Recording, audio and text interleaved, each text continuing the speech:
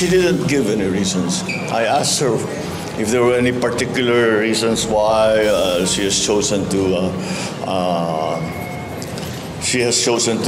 resign from the Department of Education and from the NTF-ELCAC. She said, wag na lang natin pag-usapan. So I did not force the issue. Walang ibinigay na dahilan si Vice President Sara Duterte kay Pangulong Ferdinand Marcos Jr. sa kanyang pagbibitiw sa pwesto bilang kalihim na Department of Education at Vice Chairperson ng National Task Force to End Local Communist Armed Conflict o NTF-ELCAC. Ayon kay Pangulong Marcos, hindi na niya pinilit pa si VP Sara na sabihin ang rason ng kanyang resignation.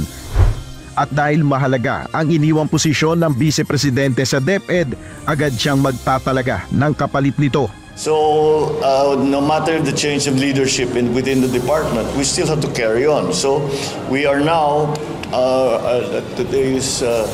I would like to be able to announce the appointment of the new DepEd Secretary by the end of the week.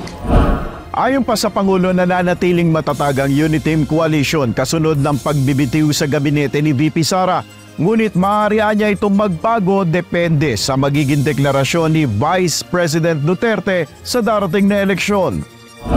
Depende lang kung ano yung positioning ni Inday Sara pagdating ng eleksyon. Siya ba ay nasa administrasyon o siya ba ay nasa oposisyon? That will be the only major determinant. But as the parties involved, pareho pa rin ang Uniteam. Hindi pa nagbago. Sinagot din ito ang usapin kaugnay ng posibilidad ng pagtakbo ng mag-aamal Duterte sa Senado sa darating na halalan, maging ang sinasabing presidential ambition ni Mayor Baste. It's a free country. They're allowed to do whatever it is they want. I really have no reaction to it. Besides, it's still early. We really won't know any of these things. We're talking about 2028. Ang dami pang mangyayari between now and 2028. Del Maribuho, UNTV News and Rescue, Diyos ang aming sandigan, serbisyo publiko ang aming pinahalagahan.